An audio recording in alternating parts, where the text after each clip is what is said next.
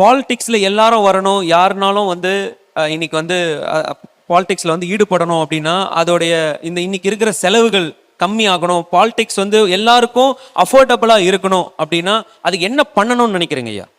இதுமாரி யாரும் வருத்தப்படக்கூடாது சார். நான் சொல்கிறதுக்கு உண்மையை சொல்கிறேன். பாலிடிக்ஸ் காஸ்ட்லியாக தான் இருக்குது, இதில் மாற்றுக்கிறது கிடையாது. யாருக்கு காஸ்ட்லியாக இருக்குன்னா தமிழ் மாநில காங்கிரஸ் கட்சியை போன்ற சில அரசியல்வாதிகளுக்கு.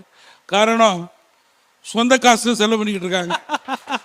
அவங்களுக்கு காஸ்ட்லி பர்டன், வீட்டில் தொந்தரவுகள்லாம் இருக்கத்தான் செய்யும். என்னைக்காவது ஒரு நாள் மாற்றங்கள் வரணும்.